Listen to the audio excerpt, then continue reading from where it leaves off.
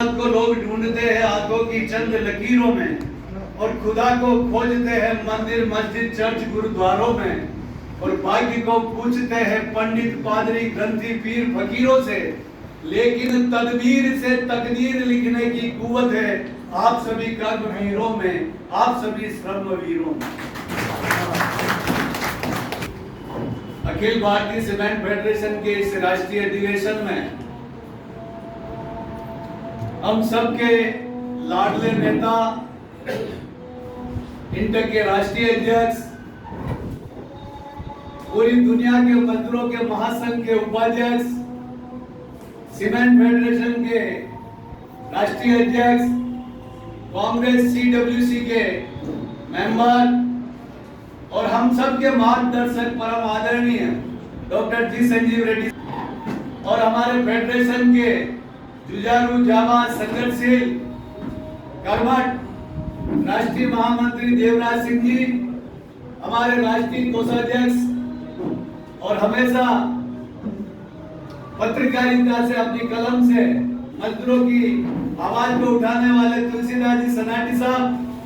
हमारे गहलोत साहब और तमाम भारत के कोने कोने से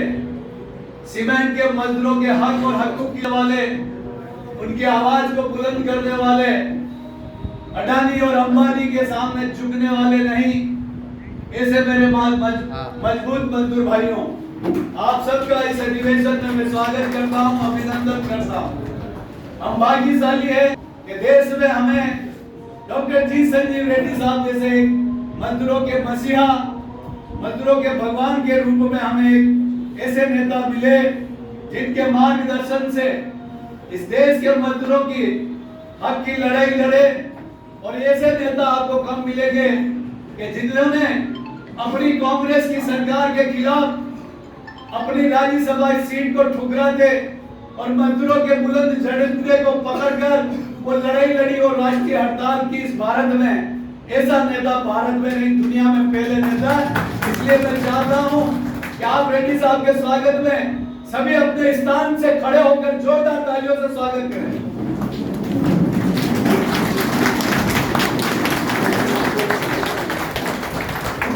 रेड्डी साहब जिंदाबाद, रेड्डी साहब जिंदाबाद, INTUC जिंदाबाद। धन्यवाद साथियों। देवराज सिंह जी ने जो बोला कि साल की उम्र 150 साल होनी चाहिए, हम चाहते हैं कि 151 साल की उम्र हो और लगातार हमें नेतृत्व प्रदान करे और देश के मजदूरों का आपके नेतृत्व में कल्याण करे। मैं रेड्डी साहब एक उदाहरण देना चाहता हूँ। अभी पिछले समय राजस्थान में विधानसभा चुनाव में भारतीय जनता पार्टी की सरकार जीती और लोकसभा के चुनाव के समय कांग्रेस के कई नेता पार्टी बदल कर भारतीय जनता पार्टी में शरीक हो रहे थे और उस समय में राजस्थान के मुख्यमंत्री जी ने मुझे बुलाया, 45 मिनट तक मेरे से गुप्त मंत्रणा की और मेरे सामने प्रस्ताव रखा कि आप भारतीय जनता पार्टी ज्वाइन कीजिए, आप लोकसभा का चुनाव लड़ना चाहेंगे तो हम टिकट देंगे, वरना आप राजस्थान के किसी बोर्ड में भी आपको मंत्री बना के हम पद दे सकते हैं। तो मैंने उनकी विनम्र अनुरोध को स्वीकार उस भावना में करते हुए कहा कि आपने जो मुझे इस योग्य समझकर बुलाया उसके लिए तो मैं आपको धन्यवाद देता हूं, लेकिन मेरा बाई बर्थ जो जन्म हुआ वो इंटक से हुआ है और इंटक संगठन जिसके मुखिया रेड्डी साहब, जिन्होंने मजदूरों के लिए अपनी राज्यसभा की सीट को ठुकरा कर मजदूरों के झंडे को बुलंद करके कांग्रेस की सरकार के खिलाफ एक हड़ताल की थी, मैं उनका प्रोडक्ट हूं, उनके द्वारा पैदा किया हुआ व्यक्ति हूं जो 40 साल तक मुझे मजदूर से पाल पोस कर बड़ा करके मुझे इस मुकाम पर पहुंचाया और राज्य मंत्री तक का दर्जा मिला। मैं आपके प्रस्ताव को विनम्र इसको अस्वीकार करता हूं, क्योंकि मैं इंटक के साथियों ने जो मेरे साथ खून पसीना बहाया, मैं 9 बार जेल में गया हूं, 18 मुकदमे लगे और आपकी सरकार ने मुझे गिरफ्तार का प्रस्ताव मैं कैसे स्वीकार कर सकता हूं। वो खड़े हुए, उन्होंने मुझे गले लगाया और कहा कि एक तरफ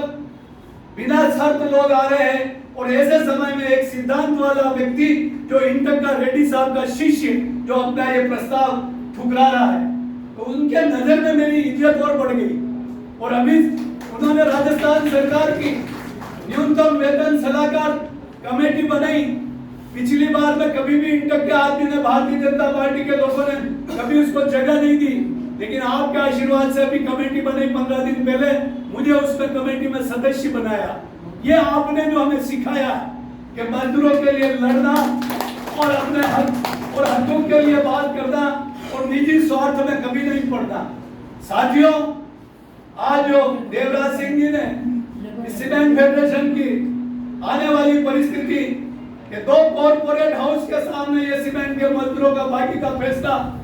होने जा रहा है। एक तरफ अल्ट्राटेक कॉर्पोरेट हाउस और एक तरफ अडानी कॉर्पोरेट हाउस,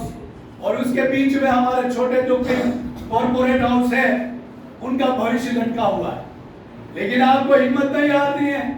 मजदूरों की एकता से कई बड़ी बड़ी लड़ाई लड़ सकते हैं। आपने देखा होगा कि हमारे राहुल गांधी जी ने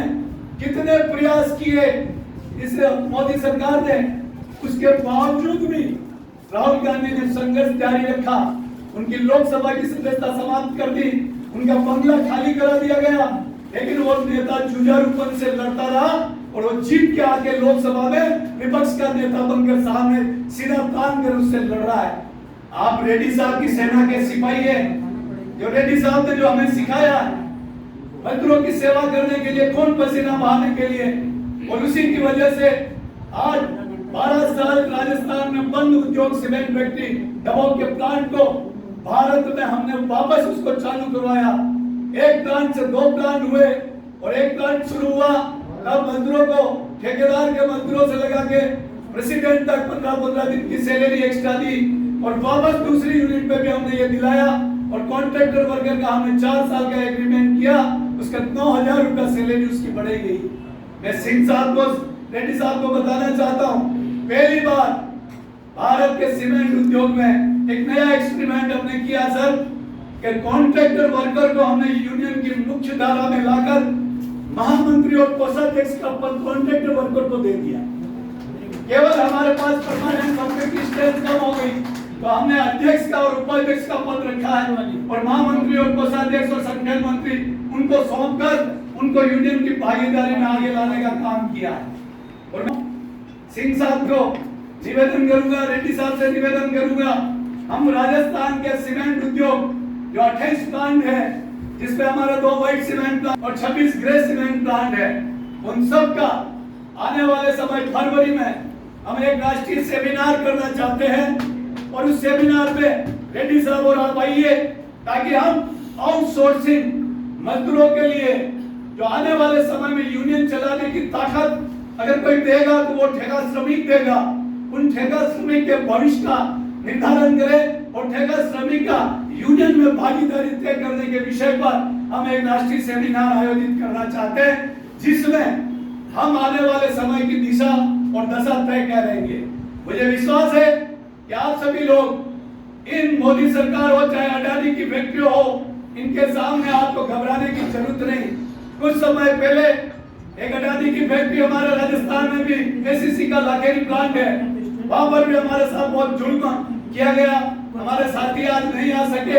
वहां जद्दोजहद कर रहे हैं, संघर्ष किया, भूख हड़ताल की, और अंततः हमने उस लड़ाई को जीता है। तो आपको ये कहना चाहता हूं कि हर संघर्ष के बाद एक सफलता छुपी हुई है। इस संघर्ष के समय हमें मजबूती और एकता के साथ आगे बढ़ना है, और जैसा भी फेडरेशन को ताकत देनी पड़ेगी, मजबूती देनी पड़ेगी, चाहे अर्थ के रूप में, आर्थिक रूप से, चाहे हमें संगठनात्मक रूप से, तब जाकर हम इस मोदी शासन में हम हमारे श्रमिकों के हक और हित को बचा पाएंगे। पुनः आप सबका मैं धन्यवाद देते हुए, और आप सब इतनी दूर दूर से चलकर इस अधिवेशन में भाग लेने के लिए आए,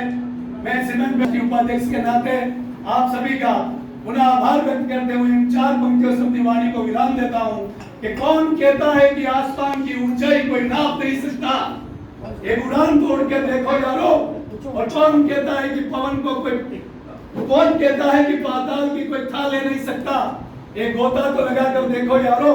और कौन कहता है कि पवन को कोई पकड़ नहीं सकता, एक प्रयास तो करके देखो यारो। और कौन कहता है कि नदियों के तीर को कोई मोड़ नहीं सकता, एक कोशिश तो करके देखो यारो, हौसले हो जिनके बुलंद वो आंधी तूफान से नहीं डरते, हौसले हो जिनको बुलंद वो मोदी और अडानी से नहीं डरते। घोर अंधेरों में भी, लाख मुसीबत में भी संघर्ष करते हुए इंटर का झंडा लेकर सफलता की मंजिल आते हैं यारो, पहुंच जाते हैं यारो। जय हिंद, जय भारत, जय हिंद, जय मजदूर।